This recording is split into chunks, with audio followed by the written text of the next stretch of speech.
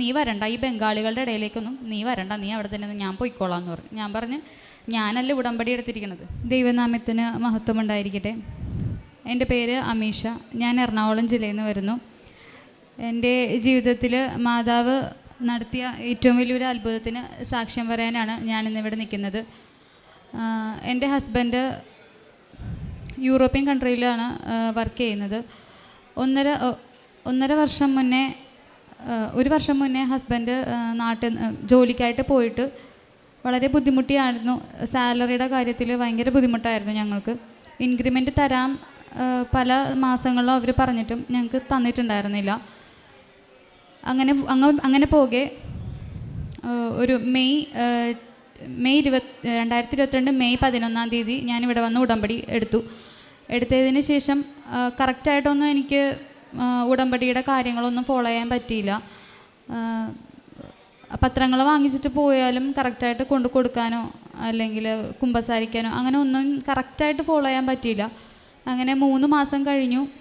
പുതുക്കേണ്ട സമയം വന്നു. ഞാനിവിടെ വന്ന് പുതുക്കി. ആ സമയത്ത് ഹസ്ബൻഡ് എൻ്റെ കൂടെ ഉണ്ടായിരുന്നു. അപ്പോൾ പുള്ളി ഇവിടെ വെക്കേഷന് വന്നതായിരുന്നു. വെക്കേഷന് വന്നിട്ട് തിരിച്ചു പോകാൻ നിൽക്കുന്ന സമയമായിരുന്നു. അപ്പോൾ ഞങ്ങൾക്ക് ഇവിടെ അച്ഛനെ കാണാൻ പറ്റി. അച്ഛനെ കണ്ട് ബ്ലെസ് ചെയ്തു, പ്രാർത്ഥിച്ച് ഞങ്ങൾ പോയി. ഓഗസ്റ്റിലായിരുന്നു പുതുക്കാൻ വേണ്ടി വന്നത്. അതിന് 2 ദിവസം കഴിഞ്ഞപ്പോൾ എൻ്റെ ഹസ്ബൻഡിൻ്റെ മൊബൈൽ നഷ്ടപ്പെട്ടു. അതൊരു ബാഗിനകത്ത് നിന്നൊരു കള്ളൻ എടുത്തിട്ട് പോയതായിരുന്നു.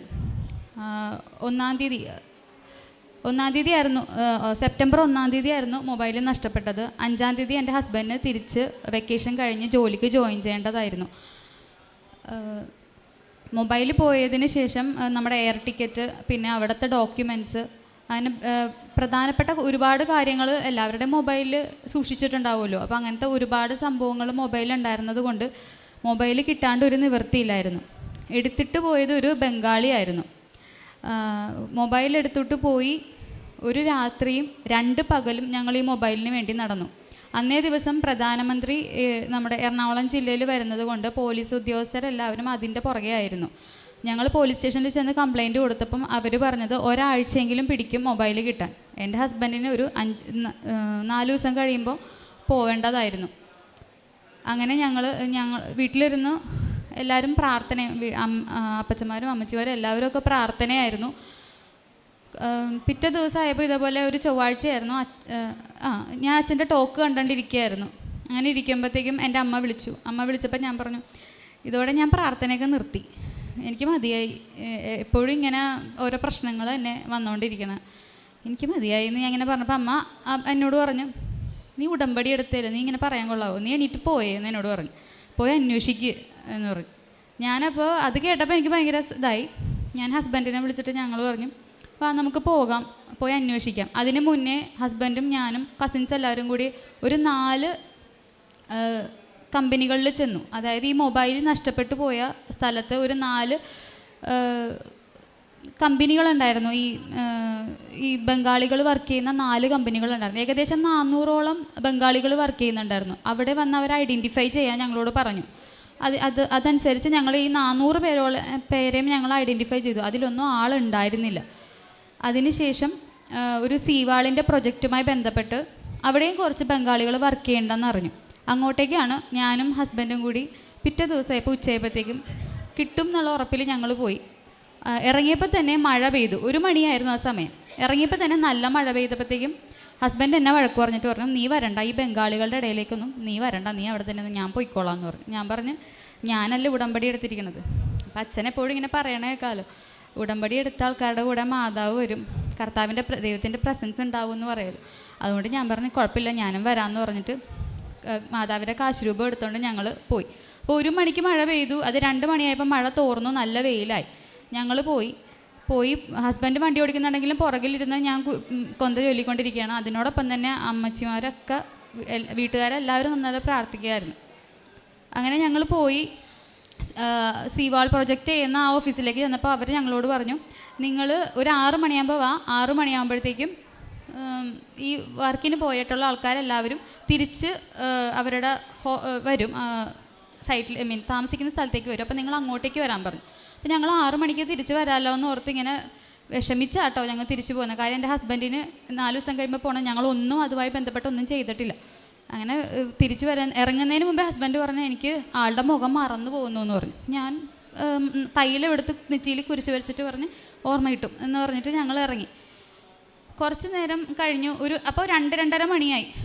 2:30 മണിയായപ്പോഴത്തേക്കും ഒരു സ്ഥലം ഞങ്ങളിങ്ങനെ ഓരോ സ്ഥലം പാസ് ചെയ്യുമ്പോൾ എനിക്ക് ഇടയ്ക്കിടയ്ക്ക് ഈ മാതാവിൻ്റെ മുല്ലപ്പൂവിൻ്റെ മണം എനിക്ക് കിട്ടുന്നുണ്ട്. അപ്പോൾ ഞാൻ ഹസ്ബൻഡിൻ്റെ അടുത്ത് പറഞ്ഞു എനിക്ക് മുല്ലപ്പൂവിൻ്റെ മണം കിട്ടുന്നുണ്ടെന്ന് പറയുമ്പോൾ ആളതൊന്നും ശ്രദ്ധിക്കണില്ല. പക്ഷേ എനിക്കപ്പോൾ ഉറപ്പായി പോയ സംഭവം കിട്ടാൻ സമയമായി എന്ന് എനിക്ക് ഉറപ്പായി.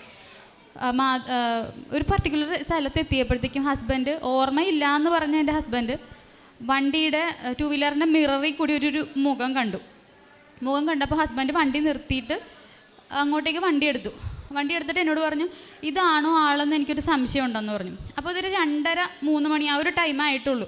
ഒരു ബജിക്കടയിൽ ആ സമയത്തേക്കാണ് ഒരു ബജിക്കടക്കാരൻ പണിയെടുക്കുന്ന സമയം.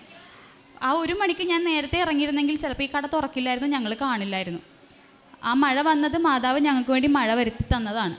അല്ലെങ്കിൽ ഞങ്ങൾ ആ സമയത്ത് ഇറങ്ങിയ ഒന്നും തന്നെ കാണാൻ പറ്റില്ലായിരുന്നു. ഈ പയ്യൻ അവിടെ ഇരുന്ന് ബജിക്ക് ഇങ്ങനെ കുഴച്ചുകൊണ്ടിരിക്കുകയായിരുന്നു. ഹസ്ബൻഡ് അപ്പോൾ എന്നോട് പറഞ്ഞു എനിക്കൊരു സംശയം ഇതാണോ പയ്യനെന്ന്. കാര്യം അറിയാതെ നമ്മളൊരാളെ പിടിച്ചിറക്കിയിട്ടുണ്ടെങ്കിൽ അതിലും വലിയ പ്രശ്നമാകുമല്ലോ. അങ്ങനെ ഈ മൊബൈൽ നഷ്ടപ്പെടുന്ന സമയത്ത് 3 പേരോളം ആ സമയത്ത് ആ സ്പോട്ടിലുണ്ടായിരുന്നു. അത് ഹസ്ബൻഡ് ഒരു കസിനായിരുന്നു. കസിനെ വിളിച്ചപ്പോൾ കസിൻ ആ സമയത്ത് ആ സ്ഥലത്ത് വരാൻ ഒരു സാഹചര്യമില്ല. പിന്നെ വേറൊരു പയ്യനായിരുന്നു. അപ്പോൾ ആ പയ്യനെ ഞങ്ങൾ വിളിക്കാനോ ഒന്നും മൊബൈലില്ല. ഹസ്ബൻഡിൻ്റെ മൊബൈലിലായിരുന്നു ആ പയ്യൻ്റെ നമ്പർ. ഞാൻ വേഗം തന്നെ മാതാവിനോട് പ്രാർത്ഥിച്ചു, മാതാവേ ആ പയ്യനൊന്നും ഇങ്ങോട്ട് വന്നിരുന്നെങ്കിൽ എന്ന് ഞാൻ ഇങ്ങനെ മനസ്സിലിങ്ങനെ പറഞ്ഞേ ഉള്ളൂ. ആ സ്പോട്ടിൽ ആ ചെറുക്കൻ അവിടെ എത്തി. അതെങ്ങനെ വന്നു എന്നെനിക്കറിയില്ല. ടേൺ എടുത്ത് ആ പയ്യൻ ഇങ്ങനെ പോവായിരുന്നു. പെട്ടെന്ന് വന്നു ആ പയ്യനെ വിളിച്ചു, ഒന്ന് പോയി ഐഡൻറ്റിഫൈ ചെയ്ത് കൺഫേം ചെയ്യാമോ എന്ന് പറഞ്ഞപ്പോൾ പുള്ളി പറഞ്ഞു അത് തന്നെയാണ് മൊബൈൽ എടുത്ത പയ്യനെന്ന് പറഞ്ഞു. അങ്ങനെ തന്നെ ഞങ്ങൾ പോലീസ് സ്റ്റേഷനിൽ ചെന്ന് കംപ്ലയിൻറ്റ് കൊടുത്തു. പോലീസുകാർ ഒരു മണിക്കൂറോളം ചോദ്യം ചെയ്തിട്ടും ഈ പയ്യൻ പറയുന്നത് മൊബൈൽ എടുത്തിട്ടില്ലെന്നാണ് പറയുന്നത്. ഞാൻ പുറത്തിരുന്ന് മാതാവിൻ്റെ അടുത്ത് പ്രാർത്ഥിച്ചുകൊണ്ടിരുന്നു, കൊന്തയൊല്ലി പ്രാർത്ഥിച്ചുകൊണ്ടിരുന്നു. അങ്ങനെ അവസാനം 1 മണിക്കൂർ കഴിഞ്ഞപ്പോൾ ഈ പയ്യൻ പറഞ്ഞു ഞാൻ എടുത്തിട്ടുണ്ട്, മൊബൈൽ വീട്ടിലുണ്ട് എന്ന് പറഞ്ഞു. അങ്ങനെ ഹസ്ബൻഡ് മൊബൈൽ എടുക്കാൻ വേണ്ടി പോയി. അപ്പോൾ എന്നോട് പറഞ്ഞു നീ ഇവിടെ തന്നെ എന്നാൽ മതി, ഞാൻ പോയി ഇട്ട് വരാമെന്ന് പറഞ്ഞ് 2 പോലീസുകാരുടെ ഹെൽപ്പിൽ ഇവർ 3 പേരും കൂടെ പോയി. അവിടെ ചെന്നപ്പോൾ കാണാൻ പറ്റിയത് അതിന് മുന്നേ ഈ മൊബൈൽ പോയിന്ന് എൻ്റെ അടുത്ത് അതിന് മുന്നേ എന്നെ വിളിച്ച് പറഞ്ഞപ്പോൾ ഞാൻ ഫസ്റ്റിൽ ചെയ്തത് മാതാവിൻ്റെ പ്രത്യക്ഷീകരണ പ്രാർത്ഥന എൻ്റെ ഹസ്ബൻഡിൻ്റെ നഷ്ടപ്പെട്ടു പോയി എന്ന് പറഞ്ഞ മൊബൈലിലേക്ക് ഞാൻ അയച്ചു കൊടുത്തു. അപ്പം എന്നിട്ട് ഞാൻ മാതാവിനോട് പറഞ്ഞു മാതാവേ ഈ മൊബൈൽ ഇരിക്കുന്ന എവിടെയാണെങ്കിലും അമ്മ അവിടെ ഉണ്ടാവണേ എന്നാണ് ഞാൻ പ്രാർത്ഥിച്ചത്. പിറ്റേ ദിവസം മൊബൈൽ എടുക്കാൻ വേണ്ടി പോയപ്പോൾ എൻ്റെ ഹസ്ബൻഡ് കണ്ടത് ഈ ബംഗാളി എന്ന് പറഞ്ഞ ഈ പയ്യൻ്റെ വീട്ടിൽ വാതിൽ തുറന്നപ്പോൾ ഹസ്ബൻഡ് പറഞ്ഞ വാതിൽ തുറന്നപ്പോൾ ഞാൻ നേരെ കണ്ടത് കൃപാസന മാതാവിൻ്റെ ഫോട്ടോയാണെന്നാണ് പറഞ്ഞത്.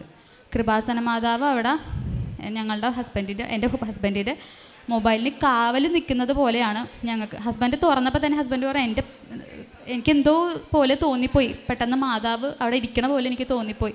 അങ്ങനെ മൊബൈൽ കിട്ടി. അതായിരുന്നു എൻ്റെ ആദ്യത്തെ സാക്ഷ്യം. ഇത് ഉടമ്പടി എടുത്തതിന് ശേഷമാണിത് സംഭവിച്ചത്. ഞാൻ ഉടമ്പടി എടുക്കാൻ വന്നത് എൻ്റെ ഹസ്ബൻഡിൻ്റെ ജോലിക്കുമായി ബന്ധപ്പെട്ട കാര്യത്തിനായിരുന്നു. 4 മാസത്തോളം ഞാൻ ഈ ഒരു കാര്യത്തിന് വേണ്ടി മാതാവിൻ്റെ അടുത്ത് എല്ലാ മാസവും വന്ന് കരഞ്ഞ് പ്രാർത്ഥിക്കും. കൂടെ വർക്ക് ചെയ്യുന്നവർക്കൊക്കെ എല്ലാവർക്കും അത്യാവശ്യം നല്ല ഇൻക്രിമെൻറ്റ്, ഞങ്ങൾക്ക് മാത്രം ഈ ഒരു പ്രശ്നത്തിൽ ഇങ്ങനെ നിൽക്കുമായിരുന്നു. ഞാൻ എല്ലാ മാസവും മാതാവിൻ്റെ അടുത്ത് വന്നിട്ട് പറയും എന്നിട്ട് മാത്രം നോക്കാതെ അങ്ങോട്ട് മാത്രം നോക്കിയിരിക്കണം എന്താണെന്ന് എപ്പോഴും ഞാൻ മാതാവിനോട്ട് നോക്കി പ്രാർത്ഥിക്കുമായിരുന്നു. അപ്പോഴും എനിക്ക് മനസ്സിലാകുന്നില്ല ഞാൻ എൻ്റെ പ്രാർത്ഥനയുടെ കുറവ് കൊണ്ടാണ് ഇങ്ങനെ സംഭവിക്കണമെന്ന് എനിക്ക് മനസ്സിലായില്ല. കഴിഞ്ഞ ഈ മാസം തന്നെ 5-ാം തീയതി ഞാനിവിടെ വന്ന് മാതാവിനോട് പ്രാർത്ഥിച്ചിട്ട് ഞാൻ പോയി. ഇനി അടുത്ത പ്രാവശ്യം വരുമ്പോൾ എനിക്ക് സാക്ഷ്യം പറയാൻ പറ്റണോട്ടാന്ന് പറഞ്ഞിട്ടാണ് ഞാൻ ഇവിടെ നിന്ന് പോയത്. വീട്ടിൽ ചെന്നു. എല്ലാ കാര്യത്തിലും ഒരു അടുക്കും ചിട്ടയൊക്കെ വന്നു. പ്രാർത്ഥനയുടെ കാര്യത്തിൽ 2ാമത് ഉടമ്പടി എടുത്തതിന് ശേഷം അങ്ങനെ പ്രാർത്ഥിച്ചുകൊണ്ടിരുന്നു. കുമ്പസാരം ഞാൻ നടത്തിയിട്ടുണ്ടായിരുന്നില്ല. 3 വർഷമായിട്ട് ഞാൻ കുമ്പസാരിച്ചിട്ടുണ്ടായിരുന്നില്ല. കഴിഞ്ഞ ലാസ്റ്റ് വീക്ക് ഞാൻ ഇതുപോലെ കുമ്പസാരിക്കാൻ എനിക്ക് പെട്ടെന്ന് ഞാൻ എല്ലാ ദിവസവും ചെല്ലും, പക്ഷെ എനിക്ക് കുമ്പസാരിക്കാൻ പറ്റാറില്ല. ഞാൻ കുമ്പസാരിച്ചതിൻ്റെ പിറ്റേ ദിവസം കുമ്പസാരിച്ചതിൻ്റെ പിറ്റേ ദിവസം രാവിലെ ഞാൻ പ്രത്യക്ഷീകരണ പ്രാർത്ഥന ചൊല്ലാൻ 5:30 മണിക്ക് എണീറ്റപ്പോൾ മാതാവിനോട് ഞാൻ ഭയങ്കര നിഷ്കളങ്കതയോടെ പറഞ്ഞു മാതാവ് ഇനി ഞാൻ ഈ കാര്യം പറഞ്ഞ് മാതാവിനെ ബുദ്ധിമുട്ടിക്കൂല. മാതാവ് എന്താണെങ്കിലും എനിക്ക് ഈ വിഷമം എനിക്കും എൻ്റെ ഹസ്ബൻഡിനും സഹിക്കാനുള്ള ഒരു ശക്തി മാത്രം തന്നാൽ മതി എന്ന് പറഞ്ഞ് ഞാൻ പ്രാർത്ഥിച്ചു. 5:30 മണിക്കായിരുന്നു ഞാനിത് പ്രാർത്ഥിച്ച് എഴുന്നേറ്റത്. 10 മണിയപ്പോൾ എനിക്ക് ഹസ്ബൻഡിൻ്റെ മെസ്സേജ് വന്നു, സാലറി ഇൻക്രിമെൻ്റ് ആയിട്ടോ എന്ന് പറഞ്ഞിട്ട് മെസ്സേജ് വന്നു. അപ്പോൾ എനിക്കത് പെട്ടെന്ന് കേട്ടപ്പോൾ എനിക്ക് സങ്കടം വന്നു. ഞാൻ ഇത്രയും കുറേ ഞാൻ മാതാവിൻ്റെ അടുത്ത് അമ്മ എനിക്കിത് ചെയ്തതാന്നൊക്കെ പറഞ്ഞിട്ടൊക്കെ മാതാവ് എനിക്ക് കുറേ നീട്ടി. പക്ഷേ നിഷ്കളങ്കതയോടെ ഞാൻ ചോദിച്ചു, അമ്മ ഞാൻ ഇനി അമ്മനെ ചോദിക്കണില്ല, അമ്മ എനിക്കിത് സഹിക്കാനുള്ള ശക്തി മാത്രം തന്നാൽ മതി എന്ന് പറഞ്ഞപ്പോൾ എനിക്ക് അത് സാധിച്ചു തന്നു. ഇതാണ് എൻ്റെ ഏറ്റവും വലിയ സാക്ഷ്യം. പിന്നെ മൂന്നാമത്, എൻ്റെ ഹസ്ബൻഡിന് ഉടമ്പടി എടുക്കുന്നതിന് മുന്നേ ചെറിയൊരു കുരു വന്നപ്പോൾ മൂക്കിലും കണ്ണിലും, മൂക്കിനകത്താണ് കുരു വന്നത്, പക്ഷേ കണ്ണിലും ഇവിടെയൊക്കെയായി നീര്, കംപ്ലീറ്റ് ഇത്രയും സ്ഥലത്ത് നീരായിട്ട് ആൾക്ക് ജോലിക്ക് പോലും പോകാൻ പറ്റാതെ ഭയങ്കരമായിട്ട് ഇരിക്കുമായിരുന്നു. അവിടെ ഹോസ്പിറ്റലിൽ പോകാൻ ഒക്കെ കുറച്ച് ബുദ്ധിമുട്ടുള്ള ഒരു സമയമായിരുന്നു. ഹസ്ബൻഡ് അപ്പോൾ എന്നോട് പറഞ്ഞു എങ്ങനെയൊന്ന് എന്ത് ചെയ്യും എന്ന് ചോദിച്ചപ്പോൾ ഞാൻ അന്നേരം ഉടമ്പടിയൊന്നും എടുത്തിട്ടില്ലായിരുന്നു. ആരോ വഴി എൻ്റെ കയ്യിൽ കിട്ടിയ ഒരു തൈലം ഞാൻ കൊടുത്തു വിട്ടിട്ടുണ്ടായിരുന്നു. ഉടമ്പടിയൊന്നും എടുക്കാതെ എപ്പോഴോ എൻ്റെ കയ്യിൽ കിട്ടിയൊരു തൈലമായിരുന്നു. അപ്പോൾ അത് ഞാൻ കൊടുത്തു വിട്ടിട്ടുണ്ടായിരുന്നു. ഞാൻ അതുണ്ടെങ്കിലും ഒന്ന് തൂത്ത് പ്രാർത്ഥിക്കട്ടാന്ന് പറഞ്ഞു. പക്ഷേ പുള്ളി അത് ചെയ്തെങ്കിലും അങ്ങനെ കൃപാസനം എന്താണെന്നോ ഒന്നും നമുക്കത്ര വ്യക്തമായ ധാരണയില്ലായിരുന്ന സമയത്തായിരുന്നു. പക്ഷേ ഞാൻ വീട്ടിലിരുന്ന് സാക്ഷ്യങ്ങൾ സ്ഥിരമായിട്ട് കേൾക്കുക, അച്ഛൻ്റെ ടോക്കൊക്കെ സ്ഥിരമായിട്ട് കേൾക്കുകയും ചെയ്യുമായിരുന്നു. അപ്പോൾ എനിക്ക് ഇങ്ങനത്തെ ഒരു അവസ്ഥ വന്നപ്പോൾ ആരോടും പറയാൻ ഹസ്ബൻഡ് പറഞ്ഞു ആരോടും പറയണ്ട, വീട്ടിലൊന്നും പറയണ്ട എന്ന് പറഞ്ഞപ്പോൾ എനിക്ക് ഭയങ്കര മനസ്സിലായി എന്തോ വലിയ സംഭവമാണെന്ന്. ഫോട്ടോ കാണിച്ചപ്പോൾ എനിക്ക് ഭയങ്കരമായിട്ടും നമുക്ക് പേടിപ്പെടുത്തേണ്ട രീതിയിലായിരുന്നു ആളുടെ രൂപം വരുന്നത്. അപ്പോൾ ഞാനിവിടെ ഇന്ന് രാത്രി ആയപ്പോഴത്തേക്ക് അച്ഛൻ ഇങ്ങനെ പറയുന്നത് കേട്ടിട്ടുണ്ട്, ദൂരെയുള്ള ആരെങ്കിലുമൊക്കെ എന്തെങ്കിലും സഫർ ചെയ്യുന്നുണ്ടെങ്കിൽ അവരുടെ ആ രോഗമുള്ള സ്ഥലം നമ്മുടെ ശരീരമായി കണ്ട് നമ്മളത് തൊട്ട് പ്രാർത്ഥിക്കണമെന്ന്. ഞാൻ രാത്രി ആയപ്പോഴത്തേക്കും കൃപാസന മാതാവിൻ്റെ ഫോട്ടോയോ ഒന്നും എൻ്റെ കയ്യിലില്ലായിരുന്നു. മൊബൈലിനകത്ത് ഞാൻ കൃപാസന മാതാവിൻ്റെ ഒരു സ്ക്രീൻഷോട്ട് എടുത്ത് വെച്ചിട്ട് കൊന്ത ജോലി ഞാൻ പ്രാർത്ഥിച്ചു. എൻ്റെ കയ്യിലുണ്ടായിരുന്ന തിരി തന്നെ വെച്ച് കത്തിച്ച് ഞാൻ പ്രാർത്ഥിച്ചു. അപ്പോൾ ഞാൻ പറഞ്ഞു, അമ്മ എനിക്ക് എങ്ങനെയാണ് പ്രാർത്ഥിക്കേണ്ടത്, ഇവിടുത്തെ പ്രാർത്ഥനയൊന്നും എനിക്കറിയില്ല, എന്നാലും രാവിലെ ആകുമ്പോൾ അത് പൊട്ടിയിരിക്കണേന്ന് ഞാൻ ഇങ്ങനെ പറഞ്ഞായിരുന്നു. അപ്പോൾ ഞാൻ കരഞ്ഞ് പ്രാർത്ഥിക്കണുണ്ട്. അപ്പോൾ എൻ്റെ മോനും എൻ്റെ കൂടെ എന്താ അമ്മ കാര്യം എന്ന് വെച്ചപ്പോൾ ഞാൻ പറഞ്ഞു പപ്പക്ക് പാടില്ല എന്ന് പറഞ്ഞപ്പോൾ അവനും എൻ്റെ കൂടെ ഇരുന്ന് പ്രാർത്ഥിച്ചായിരുന്നു. കരഞ്ഞ് തന്നെ അവനും പ്രാർത്ഥിച്ചു. പിറ്റേ ദിവസം ഇപ്പോൾ രാവിലെ വിളിച്ചിട്ട് പറഞ്ഞു മൂക്കിന് എന്തോ പൊട്ടിയിട്ട് ഒലിച്ചുകൊണ്ടിരിക്കണമെന്ന് പറഞ്ഞു. അതും സുഖപ്പെട്ടു. ഇത് ഉടമ്പടി എടുക്കുന്നതിന് മുന്നേ ആയിരുന്നു. അപ്പോഴാണ് എനിക്ക് കൂടുതൽ വിശ്വാസമായി ഞാൻ ഉടമ്പടി എടുക്കാനായിട്ട് വന്നത്. പിന്നെ എൻ്റെ 2 കുഞ്ഞുങ്ങൾക്കും എപ്പോഴും പനിയായിരിക്കും. ഒരാൾക്ക് കഴിയുമ്പോൾ ഒരാൾക്ക് കഴിയുമ്പോൾ അങ്ങനെ ആയിരിക്കും. അപ്പോൾ ഞാൻ ഇവിടെ തേൻ ഉപ്പൊക്കെ അവർക്ക് സ്ഥിരമായിട്ട് തന്നെ ഡെയിലി രാവിലെ സ്കൂളിൽ പോകുന്നതിന് മുന്നേ തന്നെ അവർക്ക് കൊടുക്കും. അങ്ങനെ അവർക്കും സുഖം പ്രാപിച്ചു. ഇത്രയും വലിയ അനുഗ്രഹങ്ങൾ എനിക്കും എൻ്റെ കുടുംബത്തിന് തന്ന മാതാവ് വഴി തന്ന ഏറ്റവും വലിയ അനുഗ്രഹത്തിന് ഈശോയ്ക്കും നന്ദി പറയുന്നു.